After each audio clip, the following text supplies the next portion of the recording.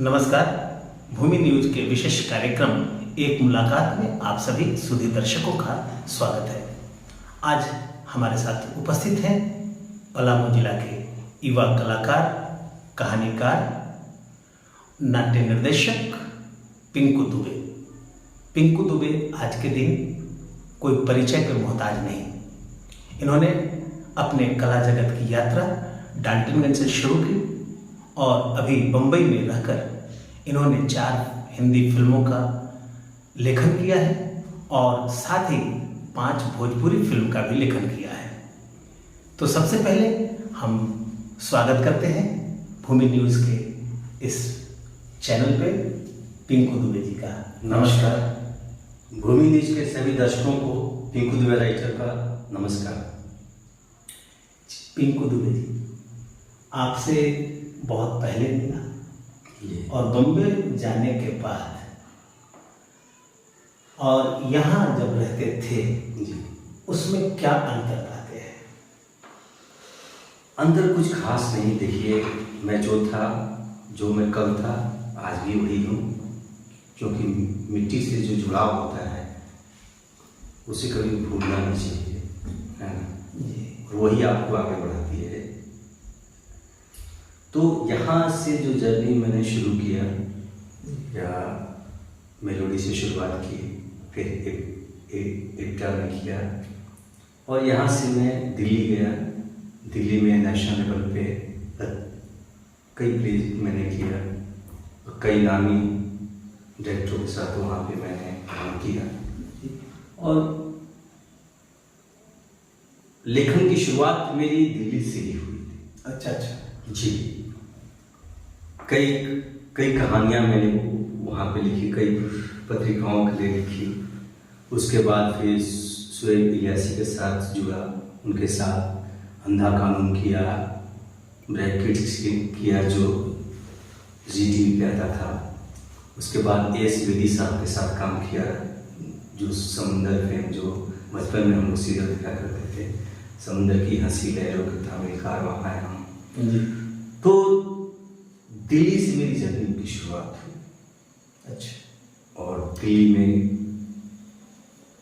Group मिला मुझे, कई दोस्त मिले जिन्होंने मुंबई बुलाया कि अब मुंबई आ जाओ। तो करीब 8-10 साल मैं दिल्ली में रहा। उसके बाद मैं गया मुंबई। मुंबई जाने के बाद आपको कैसा लगा?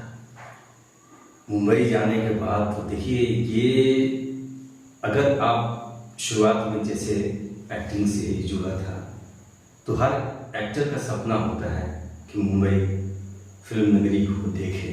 सबसे पहले तो मतलब ये था कि मुंबई को देखना, है ना।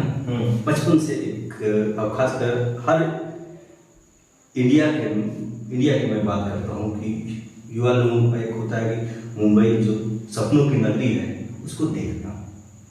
तो मैं मुंबई गया और शुरू में बहुत सारे लोग वहाँ पे बोलते थे कि मुंबई में जाओ तो ऐसे गर्दिश का सामना करना पड़ता है, चौक में रहना ये वो। लेकिन मेरे साथ मतलब आपके साथ ऐसा नहीं? ऐसा कभी नहीं हुआ मेरे साथ। मैं गया वहाँ पे और मुझे काम मिला।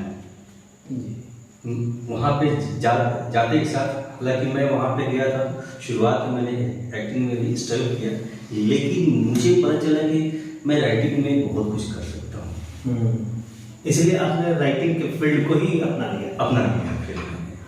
जब आप राइटिंग करते हैं जी, जाहिर सी बात है कि कहानी लिखते हैं। कहानी लिखते हैं, सबसे पहले तो कहानी ही लिखते हैं। और तो कहानी लिखने में जी, आप विषयों का चयन जी, किस रूप में करते हैं? विषयों का चयन में सबसे पहले कहानी का बैकग्राउंड चुनता हूँ मैं। अच्छा। और बैकग्राउंड वहीं का चुनना चाहिए जिस पे आपकी पकड़ हो। नहीं तो अगर मैं अमेरिका की स्टोरी उठाऊं तो शायद मैं इंसाफ कर नहीं पाऊंगा उस स्टोरी के साथ। तो इसलिए हम ज़्यादातर अब अपनी स्टोरी का मेरा जो बैकग्राउंड होता है वो छोटे शहरों का होता है और मैं खुद छोटे शहर से हूँ, तो अच्छा लिख पाता हूँ मैं। और इसका मैं एक बताता हूँ।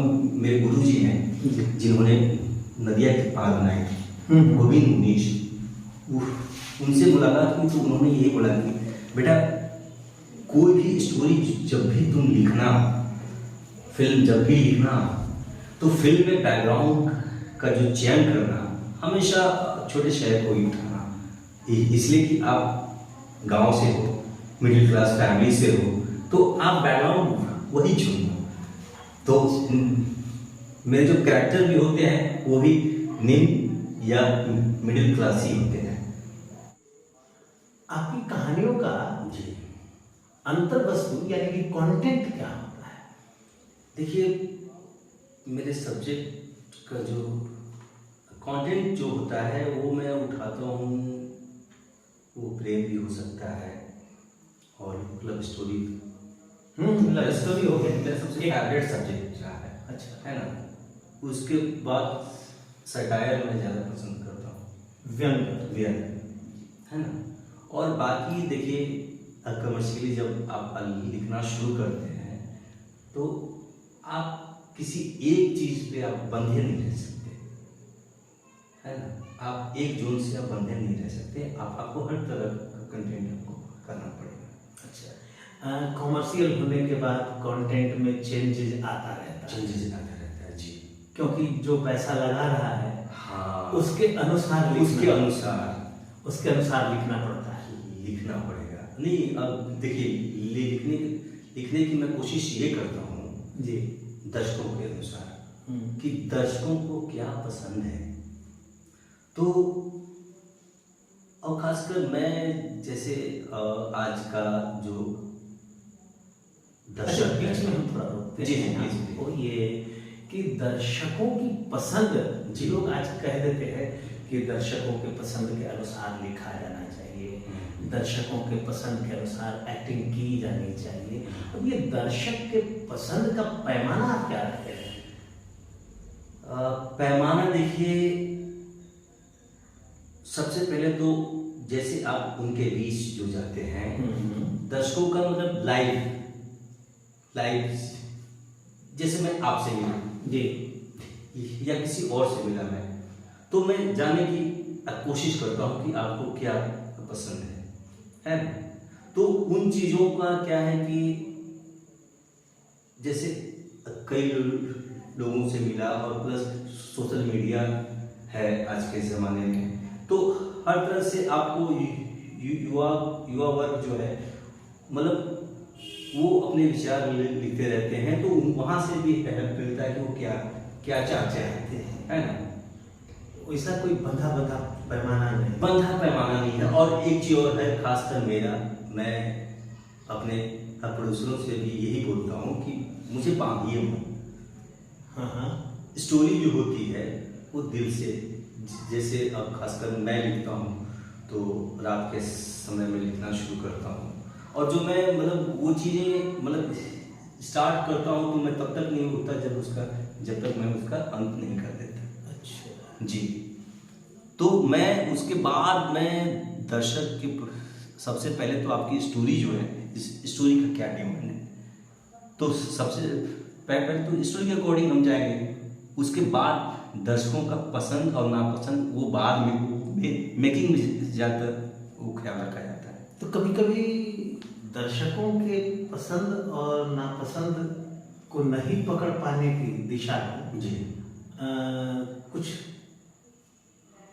विचलित भी होती होगी कहानी देखिए, फाइनल जब आउटपुट आता है, जब फिल्म रिलीज होती है, तो उसके बाद ही देखिए, आज बहुत टफ हो गया है कि दर्शक क्या चाहता है, ये पकड़ना ही बहुत टफ हो गया है। हाँ, जैसे देखिए ना, एक बहुत अच्छी बात है कि आजकल जो गीत आ रहे हैं, जी पहले के गीत, जी पुराने गीत जी और आधुनिक गीत, आधुनिक गीत को लोग कहता है कि आज के दर्शक को यही पसंद है, दर्शकों पे थोप देता है। जी, कलाकार अपने ऊपर नहीं ले रहा है कि हम यही चीज दे रहे हैं दर्शकों को। यही चीज कि दर्शकों को देखिए, एक है कि दर्शकों को अब परोसा जाना, है ना। जी, वही बात मैं कह रहा था कि दर्शकों को परोसा जा रहा है या कि दर्शकों से आप इच्छा ले रहे हैं? इच्छा देखिए, इच्छा तो नहीं ले रहे हैं। एक चीज है, शायद मैं उस भेड़ चाल में विश्वास नहीं करता कि फिल्म इंडस्ट्री में बहुत सारे लोग ऐसे हैं कि अगर एक फिल्म हिट हुई आपकी, है ना, तो कई फिल्में उसी की तरह बननी शुरू हो जाती है। तो ये भेड़ चाल है। थोड़ा सा अलग मैं एक जी। सवाल कर रहा हूँ आपसे। आपने कहा कि मैं प्रेम कहानी ज़्यादा लिखता हूँ, जी और हमें जहाँ तक से अभी तक अध्ययन किया हमने, जी ज्ञात हुआ ही है कि हर एक कहानीकार एक एक प्रेम कहानी जरूर लिखा है। जी। आखिर प्रेम कहानी में ऐसी क्या बात है कि कहानीकार प्रेम कहानी लिखना चाहता है? ये आपने बड़ा सही सवाल किया है। अब प्रेम कहानी देखिए, वो एक फीलिंग की बात होती है ना। जब आप अब प्रेम में जब डूबते हैं तो कहीं कहीं वो प्रेम आपका ऐसा नहीं कि गर्लफ्रेंड के साथ वाला ही प्रेम हो जो आजकल चल रहा है, वो प्रेम किसी के साथ भी हो सकता है।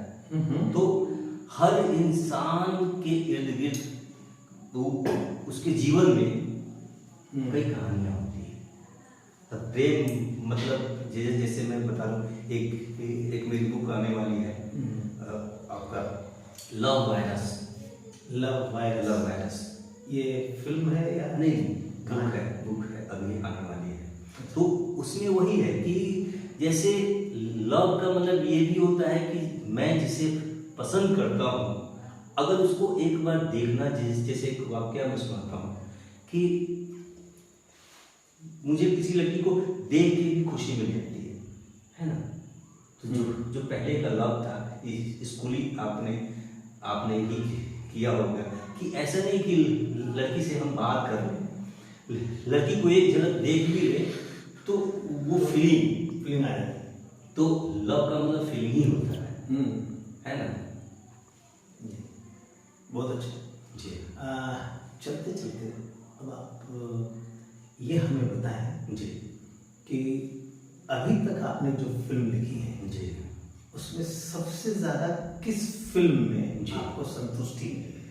देखिए, मैंने जब शुरुआत की थी तो सबसे पहले मैंने सीरियल से शुरुआत किया जी। कई सीरियल जैसे नरगिस से असिस्टेंट राइटर के तौर पे शुरुआत किया। उसके बाद कई डीडी के लिए सीरियल लिखा मैंने, एक इंडिपेंडेंट मैंने वहीं से शुरुआत किया था। उसके बाद 2009 में इंडिपेंडेंट फिल्म दिया मैंने, कॉमेडी फिल्म थी कूलिंग माउंटेन। उसके बाद फिर और भी कई लेखों के जो बड़े राइटर हैं उनको असिस्ट किया और इंडिपेंडेंट भी लिखना शुरू किया, लेकिन मुझे संतुष्टि नहीं मिली। उसके बाद फिर मैंने कई स्टोरी ब्रेक लिया और ब्रेक के बाद मैंने करीब 100 स्टोरी रेडी किया। 100 स्टोरी रेडी किया, उसके बाद फिर मार्केट में आया कि अब मैं संतुष्ट हूँ और अब मुझे मार्केट में आना चाहिए। और उसके बाद मैंने जैकलिन से शुरुआत की और बहुत मतलब इंटरनेशनल लेवल पे ये film Jacqueline I am coming international level पे ये फिल्म मतलब हर किसी को ये फिल्म अभी एमएक्स पे आने वाली है। ये हर लोगों को आकर्षित कर रही है और देखना चाहिए। मतलब समीक्षा, मतलब आज इंडस्ट्री में मेरी जो पहचान बनी है तो वो जैकलिन आई एम कमिंग से ही बनी है। और इसके बाद अब कौन सी फिल्म? इसके बाद देखिए मेरी अभी एक और, अभी वैसे तो 2-3 राइटर हैं, अभी द लास्ट इनवेलप अनु कपूर और शिवा चड्डा जी हैं उसमें, और वो भी इंटरनेशनल लेवल पे कई अवार्ड्स जीत चुकी है फिल्म। तो आपने निर्देशन भी किया है? निर्देशन किया है मैंने। किस? वैसे मैंने असिस्टेंट डायरेक्टर तौर पे काफ़ी काम किया है मैंने, लेकिन अभी निर्देशन नहीं कर पाया हूँ मैं, और अभी करना भी है। तो कहानियों को आप लेकर निर्देशक के पास जाते हैं? जी। एक कहानीकार को कितना संघर्ष करना पड़ता है? जी, बड़ा कठिन सवाल है। संघर्ष तो है, क्योंकि डायरेक्टर के पास जाना है। नहीं, डायरेक्टर पास नहीं आया। सबसे पहले तो ये होता है कि देखिए वहाँ पे अ, कई ग्रुप हैं जहाँ डायरेक्टर फिक्स होते हैं और आपको एंट्री नहीं मिल पाती है। और वहाँ पे आप जब जाते हैं कहानी लेके, तो सबसे पहले तो कोई सुनने को ही तैयार नहीं होता है जो नए राइटर। तो स्ट्रगल बहुत है, लेकिन अब उसी में हमें क्या है कि कुछ अलग डिफरेंट करना होता है, आपको करना पड़ता है। अगर आपने कुछ डिफरेंट दिया और आप देखिए, आप इसकी परवाह नहीं करनी होती है कि कौन मेरी स्टोरी लेगा कौन नहीं लेगा। सबसे पहले तो खुद जब आपको लगता है कि मेरी स्टोरी अच्छी है, तो आप जब लोगों को सुनाएंगे तो उन्हें भी अच्छा लगेगा। तो जब लोग सुनना ही नहीं चाहते तो कैसे सुनाएंगे? यहाँ तो एक संघर्ष है ना। हाँ, वो सबसे बड़ा संघर्ष वही है कि आपको सुनाना पड़ेगा चाहे जैसे भी, है ना। उसमें हो सकता है वक्त ज़्यादा लग जाए, लेकिन वो ब्रेकर आपको पार करना पड़ेगा। तो इस ब्रेक को आपने पार किया? मैंने पार किया और आज करीब 4-5 हिंदी फिल्में हो गई मेरी, और भोजपुरी भी मैंने दिलवर, जो पहली भोजपुरी फिल्म थी तो लिखी, जो सुपरहिट रही। उसके बाद 4-5 और मेरी फिल्में हैं, और एक मैंने तेलुगु में, साउथ में भी शुरुआत कर दिया है, लव इन महानगरम। और उसके अलावा मैंने कई सारे गाने लिखे हैं। अच्छा, गाने लिखे हैं? कई सारे गाने लिखे हैं जी। मेरे गाने को उदित जी ने गाया है, शान ने गाया है, सुनिधि चौहान ने गाया है, मोहम्मद जावेद ने गाया है। तो कई सारे, अभी एक लेटेस्ट जो गाना है, 2 लाइन में आपको हाँ, जरूर हमारे दर्शकों को सुना है ना। और खुद पे ही है कि ये गाना मैंने खुद के लिए लिखा, लेकिन कुछ लोगों को पसंद आया, तो अभी वो एक प्रोड्यूसर ने ले लिया उस गाने को।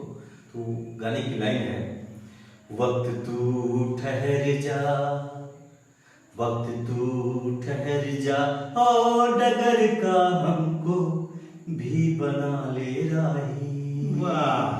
वक्त तू ठहर जा, बड़ी मुद्दतों से तेरे पीछे पड़ा हूँ, बड़ी मुद्दतों से तेरे पीछे पड़ा हूँ, तेरे इंतजार में कब से खड़ा हूँ, तेरे इंतजार में कब से खड़ा हूँ।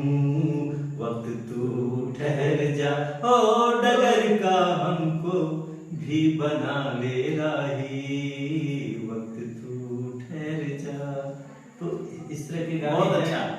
वक्त तू ठहर जा, जी, हमें भी बना ले राही। राही। वाह, बहुत अच्छा। आपने अपना कीमती वक्त भूमि न्यूज़ के लिए दिया, इसके लिए बहुत बहुत धन्यवाद। धन्यवाद। आज के लिए बस इतना ही। फिर मुलाकात होगी किसी एक नए शख्सियत के साथ। पुनः धन्यवाद। Thank you.